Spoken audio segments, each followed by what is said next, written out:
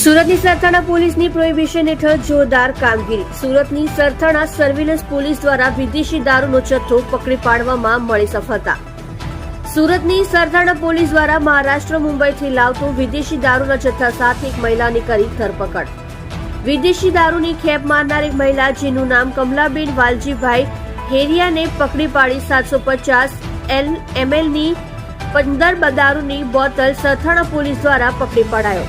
વિદેશી દારૂની ખેપ મારનાર મહિલા કમલાબેન વાઘેશ્વરી ઝુંપડપટ્ટી બોરીવલી મુંબઈ મહારાષ્ટ્રથી સુરત અને અમરેલી જવા નીકળતા શ્યામધામ મંદિર પાસેથી વિદેશી દારૂ સાથે સરથાણા પોલીસ દ્વારા પકડી પાડી હતી। આ મહિલા બુટ્ટેગર મુંબઈથી વિદેશી દારૂ લઈ અમરેલી ખાતે લઈ જઈ 15 બોટલ વેચાણ કરવાના હતા। એના પહેલા સુરતની સરથાણા સર્વેલન્સ પોલીસ દ્વારા 750 mlની 15 બોટલ સાથે 7,500 રૂપિયાનો મુદ્દામાલ કબજે કરી ક્વોલિટી કેસ બનાવી સરથાણા સર્વેલન્સ પોલીસ દ્વારા સારી અને પ્રશંસનીય કામગીરી કરેલ છે। તમે જોઈ રહ્યા છો સત્યને સાથ આપનાર સત્ય સમ્રાટ ન્યૂઝ ચેનલ તંત્રી શ્રી નિલેશભાઈ પાટીલની સાથે।